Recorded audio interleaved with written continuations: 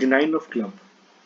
It signifies a business journey, a small success, luck, business related travel. It is a negative card for a love reading.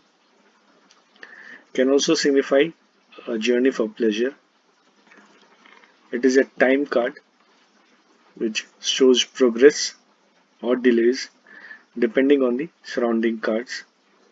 It also signifies distance, something that is long lasting, a business opportunity, a spiritual journey, completion of a project or a phase of your life, getting lump sum money, rising to the top, unexpected gain. It also advises you not to be stubborn.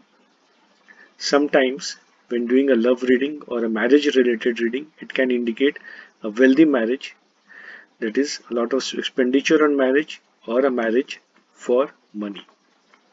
Please do subscribe to the channel. Thank you.